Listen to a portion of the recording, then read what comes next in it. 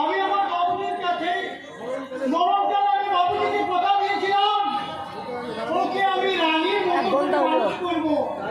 তাই তো ওকে আমি লেখাপড়া শিখিয়েছি, নিজে খাপ খেলা দেখালো।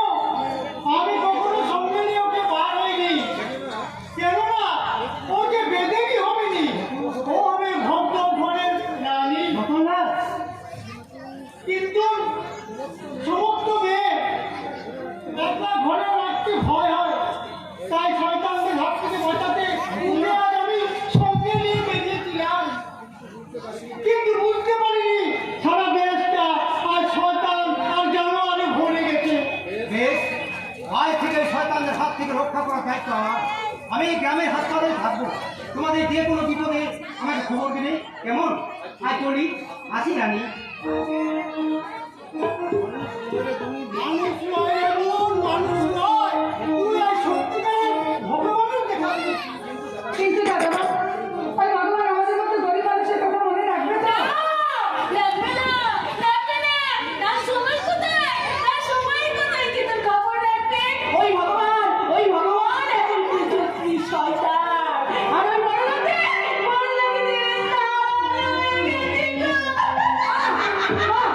তুমি এবার কেন এখানে এলে মা? কে তুমি মা? মা, না, না, না, আমাকে বাবা বলে ডাকবি না। আমি তোর বাবা বলতে চাই না। আমি তোর বাবা হতে পারবো না। আমি তোর বাবা হওয়ার যোগ্য নই। কেন মা, তুই কেন মা হতে পারবি না?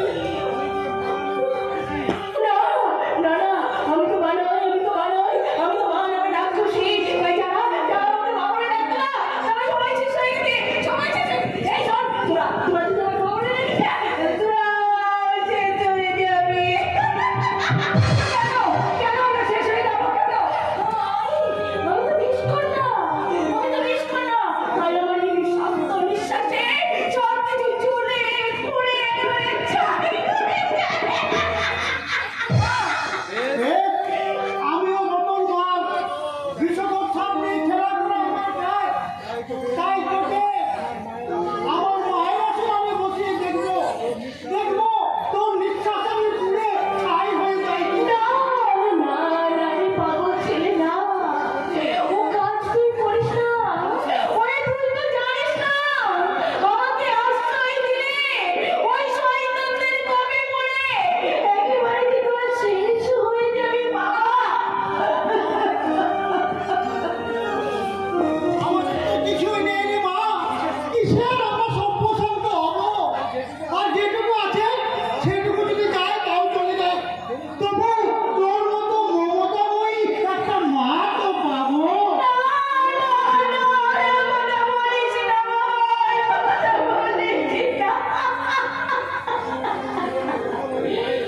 এই জীবনে প্রথম আমি মায়ের কোলে মাথা রেখে শোবো, আর তুমি আমার মাথায় হাত বুলিয়ে একটু কোরআনে গান কে বলবে?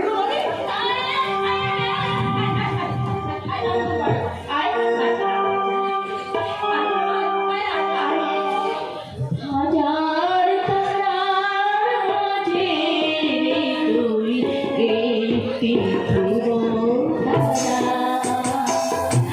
হাজার তারার মাঝে তুই একটি ধ্রুব তারা।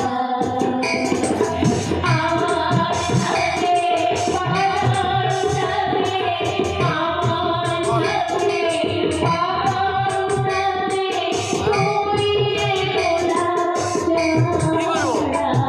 হাজার তারার মাঝে তুই এগোলা যারা।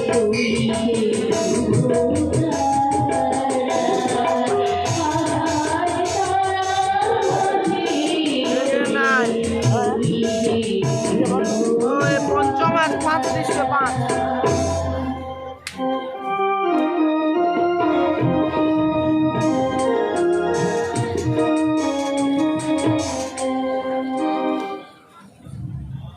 হতভাগেরা 3 দিনের মধ্যে গ্রামের বুকে পা রাখবো বলে আমাকে কলকাতা থেকে বিদেয়ী করে দিলি, অথচ আজ 7 দিন পার হয়ে গেল। আমি নিজে বাজার করে নিয়ে যাচ্ছি আর নিজেরাই খাচ্ছি, আর যদি না আসে কি হলো রে পুরো? আপন করে কি এত বিড়বিড় করে বলছিস?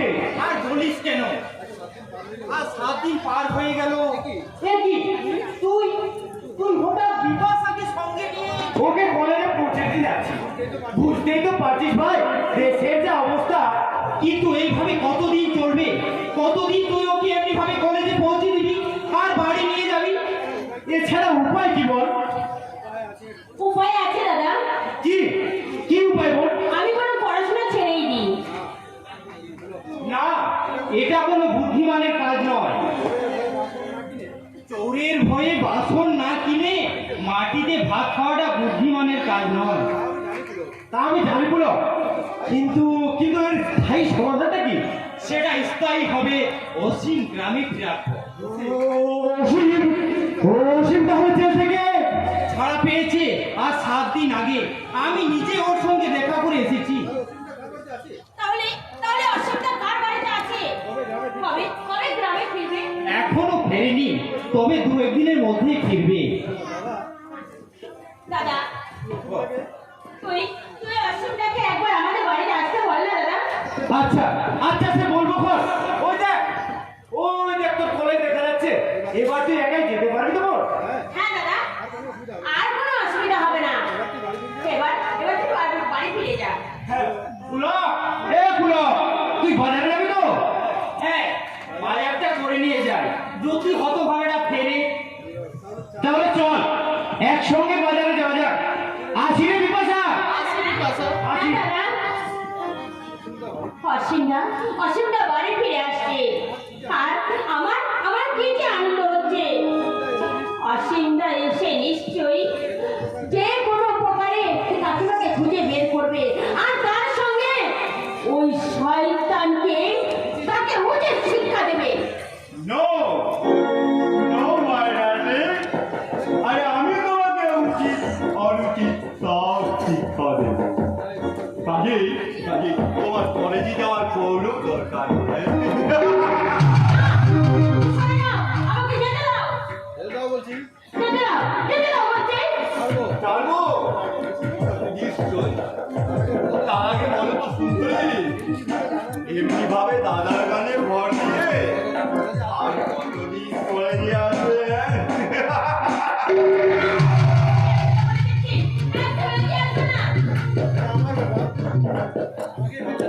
দেখো, সেটা আমার ব্যাপার, তুমি আমাকে ভাবতে দাও। তা বললে কি হয় ডার্লিং? আরে আমাদের তো একটু সুযোগ দিতে হবে নাকি? হ্যাঁ, আমরা যে একটু মধু খাবার আশায় পথের ধারে উপবাসী হয়ে বসে না! আছি। আমাকে যেতে দাও। দাঁড়াও, সরে যাও, সরে যাও। একটু হাত তুলবে, না না, খবরদার বলছি। তারপর তোমার সুন্দর মুখে মুখ রেখে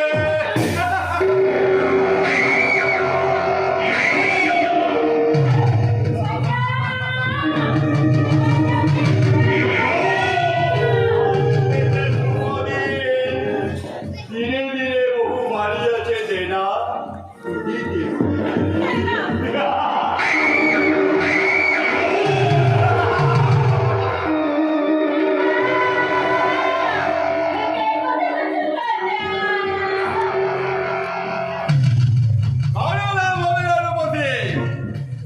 মন্ত্রীর ছেলে আমি, আমার কাজে বাধা দিতে কেউ এগিয়ে আসবে না। মন্ত্রীর ছেলে হয়ে পথে ঘাটে কুকুর বেড়ানোর মতো ঘুরে বেড়াচ্ছিস কেন? খালি সরকার একদম পাগলা মেরে পাঠিয়ে দিচ্ছি।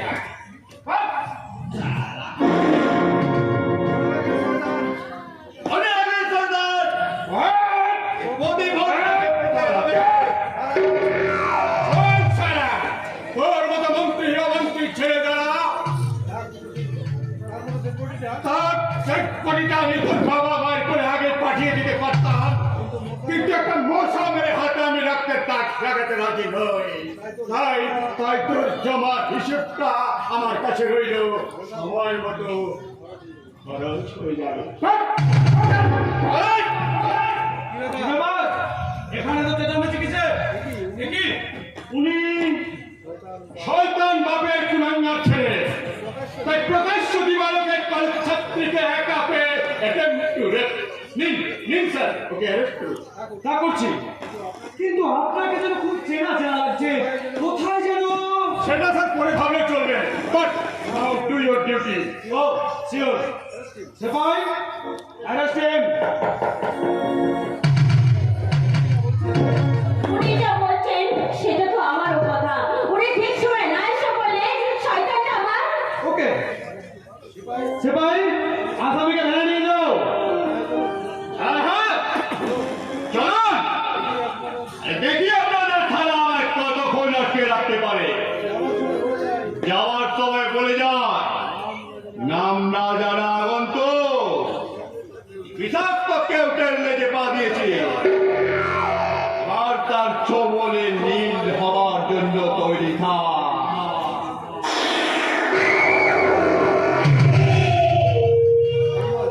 হ্যাঁ, এবার বলুন, আপনাকে কোথায় যেন দেখেছি।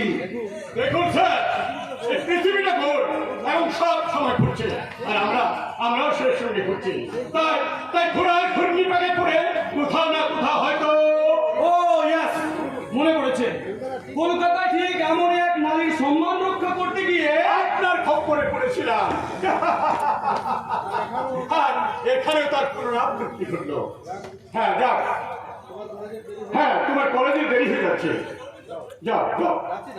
যাচ্ছি দাদা, কিন্তু কিন্তু আপনি অন্তর থেকে দাদা বলে ডাকলে ওই আপনিটাকে ছাড়তে হবে, কারণ গ্রাম বাংলার বলবো তারই দাদাকে আপনি বলে না। তবে তবে যদি সম্বোধনের প্রয়োজনে দাদা বলে ডেকে থাকো। তুমি কি বলছো দাদা? তোমার মতো দাদা পাওয়া যে সৌভাগ্যের কথা। না না না না রে বোন, না না না, সৌভাগ্য নয়, সৌভাগ্য নয়, দুর্ভাগ্য। কারণ আমি যে সব হারানো এক রিফিউজি, আমার আবাস নেই, নিবাস নেই, নাম গোত্র পরিচয়হীন একটা মূর্তিমান অভিশাপ।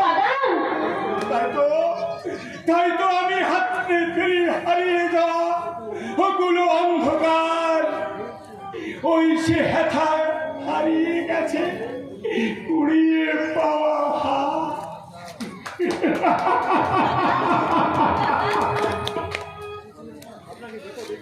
আপনাকে যত দেখছি তত অবাক হয়ে যাচ্ছি। আমার করে হবে স্যার, তার আগে বলুন আমার এই ছোট্ট মিষ্টি বোনটিকে যাতে প্রতিদিন নিরাপদে কলেজ যাতায়াত করতে পারে সে দায়িত্ব আমার। Thank you officer, thank you. আপনার কাজের জন্য আমি চিরকাল আপনার কাছে কৃতজ্ঞ হয়ে থাকবো। না, বরং আমার কৃতজ্ঞ থাকা উচিত, কারণ যে কাজটা আমার করা উচিত ছিল সেটা করে দিয়েছেন আপনি। না না স্যার না, আমি যা কিছু করেছি নিজের স্বার্থের জন্য করেছি। স্বার্থ? হ্যাঁ হ্যাঁ হ্যাঁ, স্বার্থ। কিসের স্বার্থ? স্বার্থ ছাড়া এই যুগের মানুষ এক পাও চলে না। আর আমি আমার জীবনের ঝুঁকি নিয়ে বিনা স্বার্থে ঝাঁপিয়ে পড়বো, তাই কি কখনো হয় স্যার? কিন্তু এভাবে শত্রুতা বাড়িয়ে তোমার কোন স্বার্থ পূরণ হয়েছে দাদা? তোর মতো একটা মিষ্টি সোনা বোন পেয়েছি, আগামী রাখি পূর্ণিমার দিন পাবো ভাই বোনের চিরন্তন ভালোবাসা রাখি। আর ভাতৃ হাতি এই জমের দুয়ারে কাটা দিয়ে তুই আমার কপালে দিবি। তার ছাড়া কিছু পায় না রে বোন, দাদা কিছু পায় না। দাদা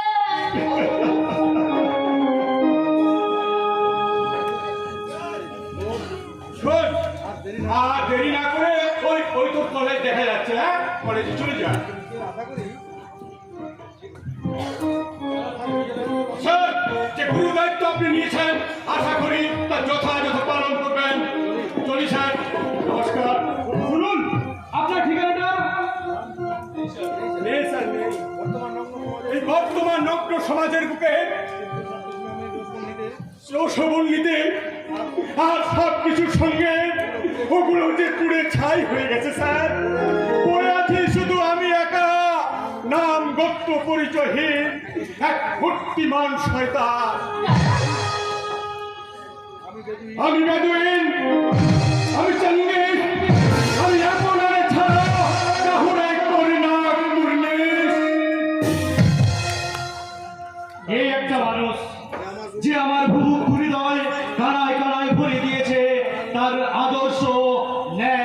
নীতি আর কর্তব্য বোধ দিয়ে।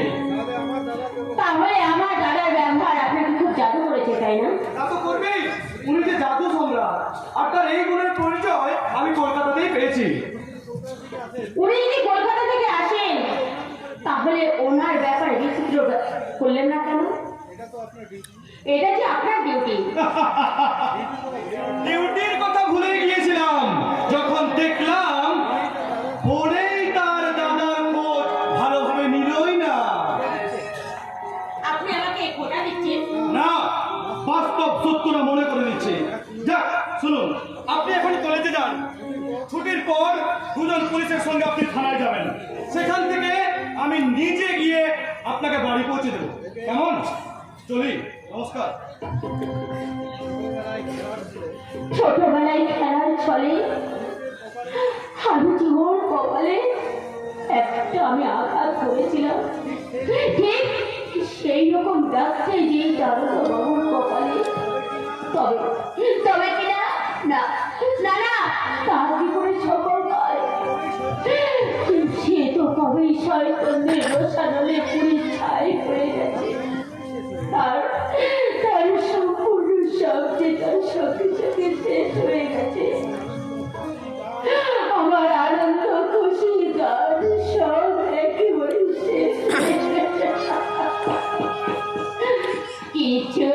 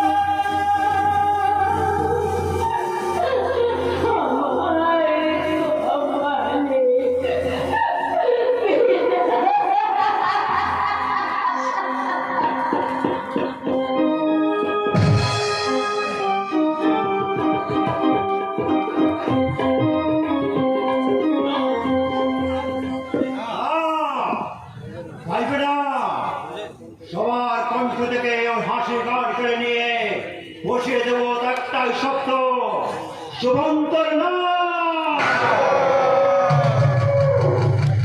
মহান দেশের মহান মন্ত্রী ভয়ঙ্কর না।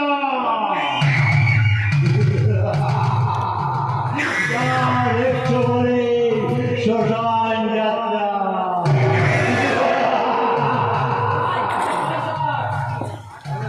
তাহলে সেদিন ছোটবাবুকে দিয়ে ডাক্তারের মেয়ের কাছে ওভাবে ক্ষমা চাওয়ালেন কেন? সেটা বোঝার তোর ক্ষমতা নেই বলে তো তুই গুন্ডা আর আমি মন্ত্রী। ছোটবাবুকে বিষাক্ত সাপের রেচে একটা ঠোক্কর মারলাম যাতে সে চট করে ফনা তুলতে পারে,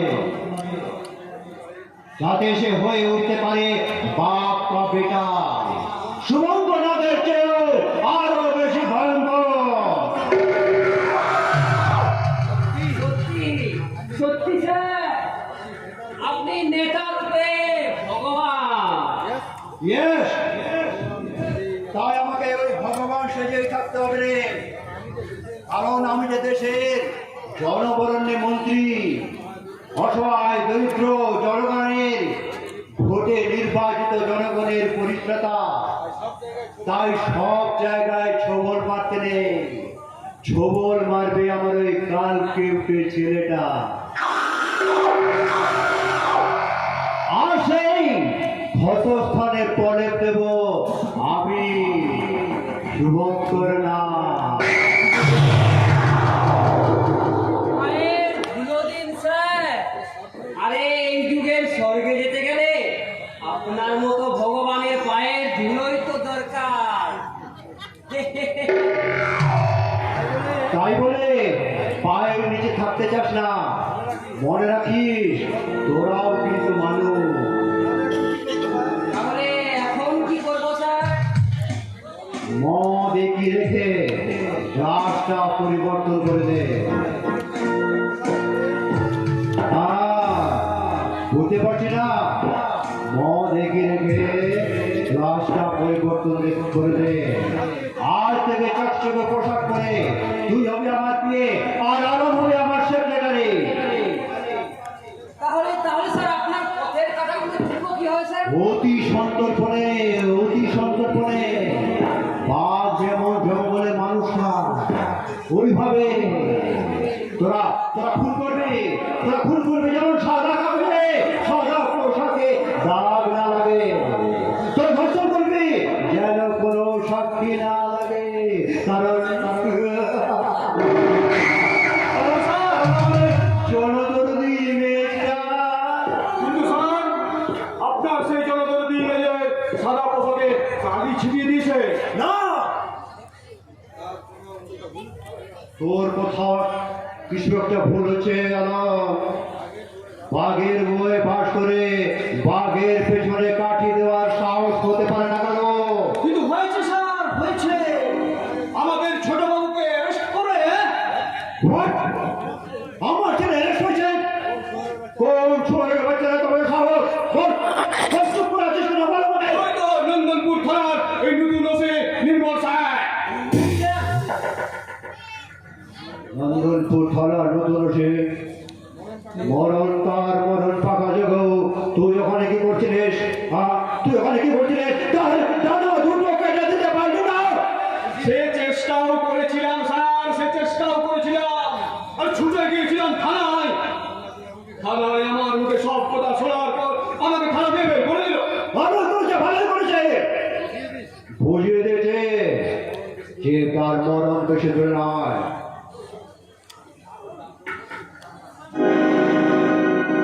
হ্যালো হ্যালো, আমি মন্ত্রী শুভকামনা করছি। 10 মিনিটের মধ্যে আমার ছেলেকে আপনার গাড়িতে করে আমার বাড়িতে পৌঁছে দিয়ে যান। কি বলছেন? What? ঠিক, আমি নিজে? ঠিক আছে, ওকে, ঠিক আছে। কি হলো স্যার? ছোট বাবু কি ছাড়া হবে? না, তার মনে কোনো দুঃসাহস নেই, কিন্তু আমাকে থানায় যেতে হবে রে। আর আপনি থানায় যাবেন কেন স্যার? যাবো যাবো, গিয়ে তাকে বুঝিয়ে দিয়ে আসবো। আমার প্রজের কাজ এখানে পড়ে, সেখানে আগুন জ্বলতে 24 ঘন্টা সময় লাগে না। তোমাদের হুকুম স্যার। তোকে যেমন আমি নির্দেশ দিয়েছি সেভাবে কাজ কর। Okay sir. আয় আলাম। চল। নন্দনপুর থানার নতুন ওসি ইয়ংরাজ, তাই সে জানে না এই নন্দনপুরের থানার পূর্ব ইতিহাস, জানে না এই নন্দনপুরকে শান্ত করতে কতগুলো রক্তের নদী বয়ে গেছে। কতগুলো লাশ ওই মাটির নিচে পাতা হয়ে আছে, কিন্তু জানে না আমি শুভঙ্কর নাগ নই, আমি ভয়ঙ্কর নাগ। আপনি আমায় ডেকেছেন বাবা? হ্যাঁ হ্যাঁ, শোনো বিধান, এই গ্রামের হাসপাতালের চাকরিটা তুমি ছেড়ে দাও।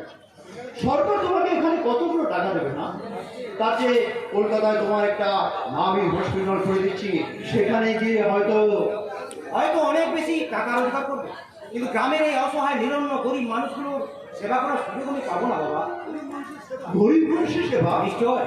আজ আপনি দেশের সম্মানীয় মন্ত্রী, আপনার নিয়ে গল্প করার আগে ওদের শুকনো মুখগুলোর কথা মনে পড়বে, যাদের একটু হাত উদার করে দেওয়া হবে আজ আপনি সম্মানে সম্মুখ করি। বিধান, ওদের শুষ্ক মুখান্ন আর পরনে বস্ত্র যোগান দেবেন আপনি, আর আপনাকে সাহায্য করতে ওদের রোগমুক্ত জীবন করে দেবো আমি। এই স্বপ্নপুতি নিয়ে ডাক্তারি পাস করে আমি ধীরে ধীরে গ্রামে এসেছি বাবা। I am very proud, my son, very proud, my son. তোমার কথায় বুকটা আমার গর্বে ফুটে উঠেছে। আমি জানি তুমি পারবে আমার সম্মান রক্ষা করতে। যাক শোনো, আমি একবার থানায় যাচ্ছি। থানায় কেন বাবা?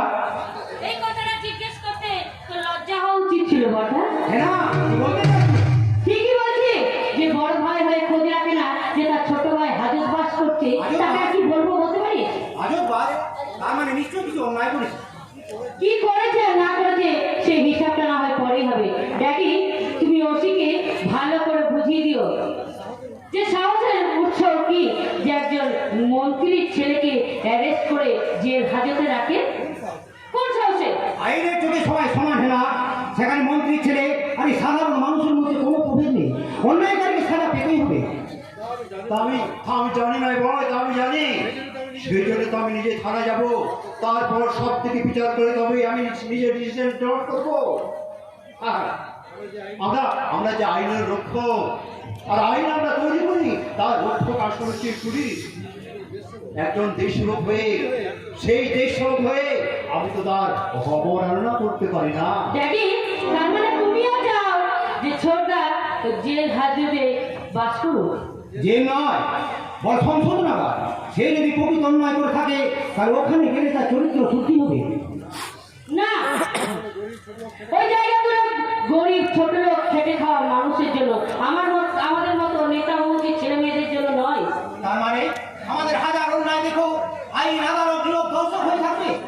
অফকোর্স, যেহেতু জনগণ আমাদেরকে নয়নে মনি করে রেখেছে। দিন বদলের সঙ্গে সঙ্গে তো ধারণাটা বদলায় না, নইলে আখিরে পশ্চাৎ লোক তার অন্যায় পাপ বা সরকারের করে কেউ চিরকাল হাসতে পারে না। মনে রাখিস, এই বাংলার বুকে মহামানবের মহাবেদনা আদি মহাউত্থান, উঠতে হারিতে ভগবান নিচে কাঁপিতেছে শয়তান। আপনার এই গ্রামবাড়ি মেম সাহেবের মডার্ন কালচারে ঢুকতে না খোলাবো, এই জন্য তো কথা শিল্পী শরৎচন্দ্র চাটুর্য বলেছেন, উলুবনে মুক্ত ছড়িয়ে লাভ নেই। তুই জানিস যে এই কথাটা শরৎচন্দ্র বলেছেন? না মানে ঠিক না হলো একেবারে ভুল নয়, কারণ এত সুন্দর কথা ওনার মতো কথা শিল্পী ছাড়া কে বলতে পারে? তার মানে এই নয় যে কথাটা তুই উনার বলে চালিয়ে দিবি। হ্যাঁ, তুই আয় আমার সঙ্গে, একবার দুজনে মিলে এখানে হাসপাতালটা দেখতে যাবো। গ্রামের যে অবস্থা জানি না হাসপাতালের একই অবস্থা কিনা। ছি ছি ছি ছি ছি, পর্দাটা একেবারে গোল্লাই গেছে। কেন ম্যাম সাহেব, পরে স্যার তো বহুত আচ্ছা আদমি আছে। আরে তুই তো বলবি তুইও যেমন আর আমার কথাটা হয়েছে তেমন, নইলে একজন বিরোধ ফেরত ডাক্তার হয়ে বলে কিনা এই গ্রামে তিনি ডাক্তারি করবেন। এই গ্রাম বাংলার মাটিতে বড় জাদু আছে ম্যাম সাহেব, আপনিও হয়তো দুদিন মাস বলতে পারেন, ও আমার দেশের মাটি তোমার পরে ঠেকায় মাথা, ও আমার দেশের মাটি তোমার পরে ঠেকায় মাথা। তোর গোষ্ঠীর মাথা, তোদের এই নোংরা পরিবেশ ছেড়ে আমি যত তাড়াতাড়ি এখান থেকে চলে যেতে পারি ততটাই আমার মঙ্গল। এই জন্যে তো মহাভারতে লিখেছেন, অতি জোর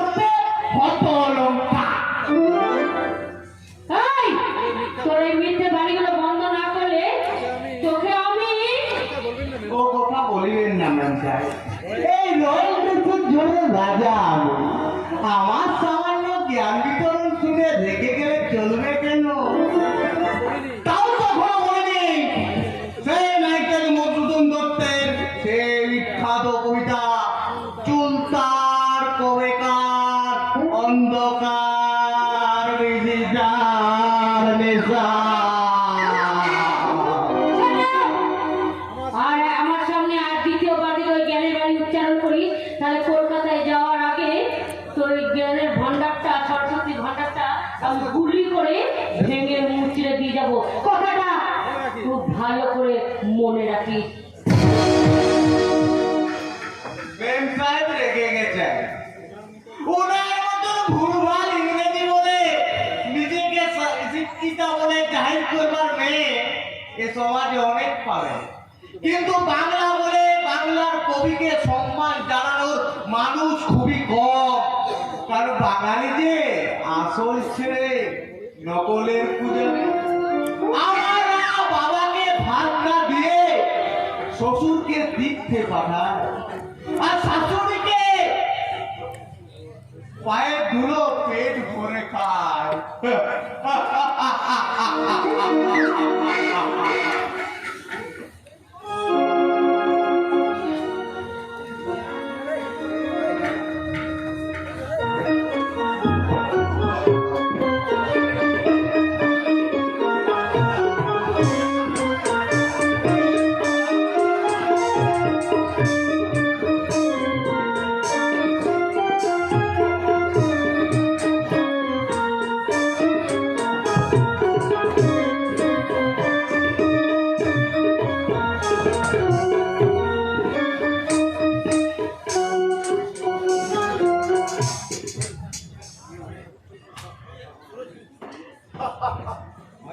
আজব দেশে বাস করছি আমরা। থানা, পুলিশ, আইন প্রশাসন এখানে একটা প্রোটোকল মাত্র। এলাকার সামাজিক, রাজনৈতিক আর থানার পেপার থেকে মনে হচ্ছে আমাদের কোনো কাজে নেই। নেতা মন্ত্রীদের মুখের কথাই এখানে আইন, কিন্তু এই ব্যবস্থা চলবে না। এর এমন পরিবর্তন আমি করবই। আসুন আসুন, বসুন, বলুন আপনার পরিচয়। আমি সাংবাদিক অনুভব আইসি, বাবার মুখে আপনার নাম আমি অনেকবারই শুনেছি। আপনি? হ্যাঁ, আমি সাংবাদিকতা সূত্রে মার্গে অনেকবার এসেছি। তাহলে তো আপনি আমার বড় দাদার মতো। আচ্ছা বলুন, আজ হঠাৎ এখানে? হ্যাঁ, আমি আমার কাজে এসেছিলাম। শুনলাম আপনি নাকি শুভঙ্কর নামে ছেলেকে arrest করেছেন। পাতা যখন পড়েছে ঝড় তখন বয়েছে বই কি। মন্ত্রীর ছেলে আমার হাজতে বন্দি। এতদিন জানতাম এই কল্যাণে শুভঙ্কর নামে কোথায় আইনি। এই জায়গায় দাঁড়িয়ে আপনি ওকে কতক্ষণ আটকে রাখতে পারবেন? উনি এখনই এখানে আসবেন। আইন মেনে চললে বা কাজ করলে এবারের মতো ছেড়েই দেব, কিন্তু ক্ষমতা দেখাতে চাইলে সোজা কোর্ট। সে ভয় করলে পুলিশের চাকরি করতাম না। কিছু পুলিশ ওদের তোয়াক্কা করে চলে বলে প্রশাসন থেকে ওরা হাজার সরকারে পরিণত করেছে। কিন্তু এভাবেই তো দেশটা চলছে স্যার। আপনি একা নিশ্চয়ই সেই ব্যবস্থা নিয়ে উল্টে পাল্টে দিতে পারবেন না। একাই লড়াই করে সমাজ থেকে কুসংস্কার দূর করে নজির এদেশে আছে অনুভব বাবু। তাছাড়া অন্যায়ের বিরুদ্ধে প্রতিবাদ করতে এই যে রায় বাচ্চা, তোমার গাল টিপলে অন্য প্রশ্নের ভাত নিয়ে আসে। তোমার এত সাহস? ভদ্র হয়ে কথা বলুন। এটা থানা, আপনার বাগান বাড়ি নয়। হ্যাঁ, বেশি ভদ্রতা আর ভান্তার শিখতে হবে তোমার কাছে। হ্যাঁ, তুমি জানো আমি কে? থাক, ওই মহান পরিচয়টা আপনি আপনার চামচাদের দেবেন, তারা খুশিতে হাততালি দেবে। আমার সেই খুশিটার প্রয়োজন নেই। বড্ড তেল হয়েছে না, ওই তেলটাকে আমি মেরে দেবো। আগে বলো, একজন অনারেবল মন্ত্রী ছেলেকে অ্যারেস্ট করেছে কোন সাহসে? মন্ত্রীর ছেলে অন্যায় করলে তাকে অ্যারেস্ট করা যাবে না, এমন কথা পুলিশের সংবিধানে লেখা নেই বলে। অল্প বসে এটুরে পেকে দেখে দেখছো? হ্যাঁ, আমার ছেলে কোথায়? আপনার ছেলে যোগ্য স্থানেই আছে। What? একজন চোর ডাকাত বদমাইশের সঙ্গে আমার ছেলেকে? আপনার ছেলে তাদের চেয়ে কোনো অংশে কম নয় মন্ত্রীবাবু। সেটা বলো, আমার ছেলেকে এক্ষুনি ছেড়ে দাও। আপনি নিজে যখন এসেছেন তখন তো এবার ছেড়ে দেব। আসুন স্যার, এই বন্ডে একটা সই করে দিন। আমি তোমার থানাতে এসেছি, এটা তোমার বাপের ভাগ্য ভালো। আমার সই করতে হবে। এখান থেকে ছেলে ছাড়াতে না চাইলে কাল আদালত থেকে ছাড়িয়ে আনবেন। গল্প না করে সইটা করে দিন না স্যার। আপনি মন্ত্রী হিসাবে আপনার তো প্রেস্টিজ আছে, বলুন। তুমি শোনো হয়েছো না, এখন দেখছি সাংবাদিকতা ছেড়ে ওই থানায় দাঁড়ানি করতে এসেছো তুমি, হ্যাঁ? তাও আপনি বলতেই পারেন। আর আমাদের মতো এই নিরীহ সাংবাদিকদের মুখের উপর অপমান না করলে আপনাদের মতো মানুষদের তো আবার ভাব হজম হয় না। শুভঙ্কর বাবু, মাই টাইম ইজ আপ। আমি আপনার লাস্ট ডিসিশনটা শুনতে চাই। দিদি পারবেন, আপনি খুব জানো। সই করবেন কি না? তোর দিদি পারবেন, পারবেন।